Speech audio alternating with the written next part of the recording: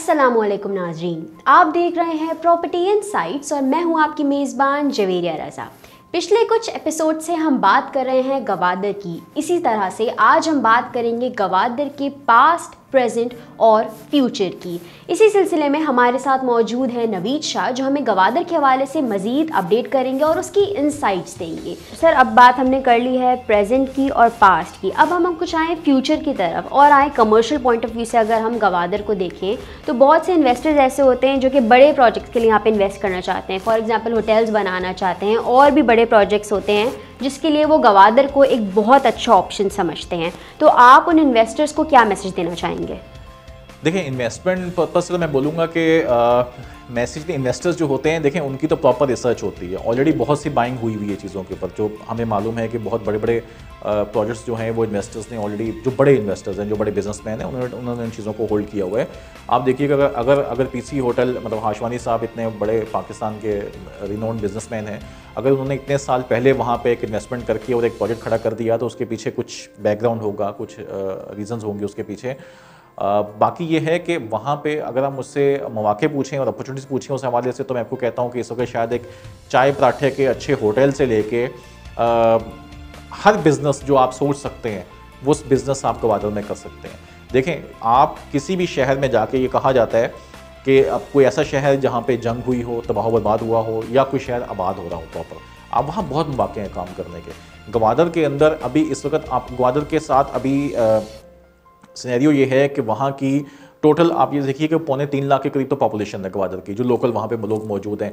और इसके अंदर तकरीबन कोई मोर देन 25% पॉपुलेशन इस वक्त बलूचिस्तान के अंदर से मूव हुई है। यानी गवादर के अंदर की आबादी शायद बलूचिस्तान की कुल आबादी से भी बढ़ गई हो, इतनी आबादी वहाँ पर दाखिल हो रही है, लोग वहाँ पर आ रहे हैं। वो कौन लोग हैं? वो तुर्बत से आ रहे हैं, पंजगोत से आ रहे हैं, दूसरे छोटे शहरों से आ रहे हैं वहाँ पे सेटल होने के लिए। यही होता है। जब लाहौर शहर में भी आप देख लीजिए तो आपको लाहौर में ही लोग मिलेंगे, वो जनूबी पंजाब से मिलेंगे, दूसरे एरिया से लोग आए होंगे लाहौर में काम करने। कराची में भी ऐसे ही है, सिंध के लोग आपको मिलेंगे काम करने के लिए, क्योंकि बड़ा शहर है, मौके नज़र आ रहे हैं, लोग आएंगे।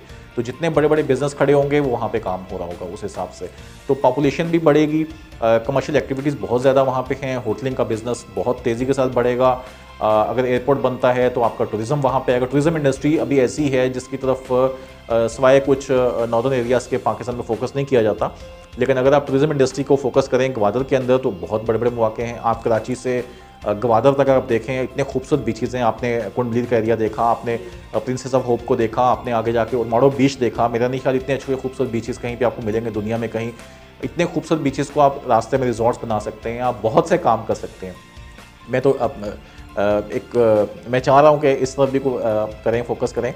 अब एक आइडिया है मेरा कि अब जिस तरह मलिक रियाज साहब हैं, अब मलिक रियाज साहब के ऊपर अभी सुप्रीम कोर्ट ऑफ पाकिस्तान ने पेनल्टी लगाई है तकरीबन कोई 460 अरब रुपए की। तो आप 460 अरब रुपए, बजाय इसके कि आप एक बिल्डर से 460 अरब रुपए लें, आप उनको ये बोले कि भाई मुझे 460 अरब के प्रोजेक्ट्स मुझे डेवलप करके दे दें। 460 प्रोजेक्ट बनवाएं उनसे, 1 अरब का एक प्रोजेक्ट। आप उनको बोलिए कराची से लेके गवादर तक हमें 460 प्रोजेक्ट बना कर दे दें। तो आप सोचें कि आपकी टूरिज्म इंडस्ट्री कहाँ खड़ी होगी। आप मॉल्स बनवाइए, आप वहाँ पे रिजॉर्ट्स बनवाइए, आप बीचेस को डेवलप करवाइए, आप वहाँ पे मॉल्स, वहाँ पे सिनेमाज बना दीजिए, आप वहाँ पे पार्क्स बना दीजिए, वहाँ पे स्टेडियम बनवा दीजिए। सब चीज़ें आप कर सकते हैं और बिल्डर उसमें से पैसे बचाएंगे तो अच्छी बात है ना। आप लेकिन आप उनसे एक स्टैंडर्ड सेट कीजिए कि ये बेंचमार्क है, इस बेंचमार्क पे मुझे 460 प्रोजेक्ट्स चाहिए पूरे पाकिस्तान में या गवादर में। आप वहाँ पे आप सोचिए कि वहाँ पे डेवलपमेंट क्या होगी। स्कूल्स बनवा दीजिए, यूनिवर्सिटीज़ बनवा दीजिए, रिसर्च इंस्टीट्यूट बना दीजिए, हॉस्पिटल बनवा दीजिए। तो ऐसे बहुत से काम हो सकते हैं और ये होंगे। अभी रशिया ने भी जिससे इंटरेस्ट शो किया था गवादर के अंदर, तो फ्यूचर पर्सपेक्टिव से मेरे ख्याल में तो गवादर के अंदर जो है वो इन्वेस्टमेंट बहुत तेज़ी के साथ जो हमें नज़र आएगी। मैं अगर गलत नहीं कह रहा तो मुझे ये लगता है कि शायद अभी जो हम एकड़ों की बातें करते हैं, ये वर्ड जो है ये ख़त्म हो जाएगा अगले 1-2 साल के अंदर। आपको गवादर में इंचीज़ में ज़मीन मिलेगी। इंचीज़ की हालत में आप ज़मीन परचेज़ करेंगे अगले 2-3 साल के अंदर गवादर में। मुझे गवादर इस तरह महसूस होता है। बहुत बहुत शुक्रिया सर। हमारे साथ मौजूद थे नवीद शाह साहब, जो हमें गवादर के पास्ट, प्रेजेंट और फ्यूचर के हवाले से इंफॉर्मेशन दे रहे थे। हम सर को अपने शो में दोबारा बुलवाएंगे और आपको गवादर के हवाले से और इन्फॉर्मेशन भी दिलवाएंगे। लेकिन उससे पहले अगर आप गवादर के हवाले से कोई भी सवाल रखते हैं या फिर शो में हुई भी किसी भी बात के हवाले से कोई भी सवाल हमसे पूछना चाहते हैं, तो आप हमें कमेंट सेक्शन में भी बता सकते हैं या फिर आप नवीद शाह साहब से उनके नंबर पे खुद कांटेक्ट कर सकते हैं। नंबर आपको इस वक्त स्क्रीन पे अवेलेबल होगा। तब तक के लिए अल्लाह हाफ़िज़।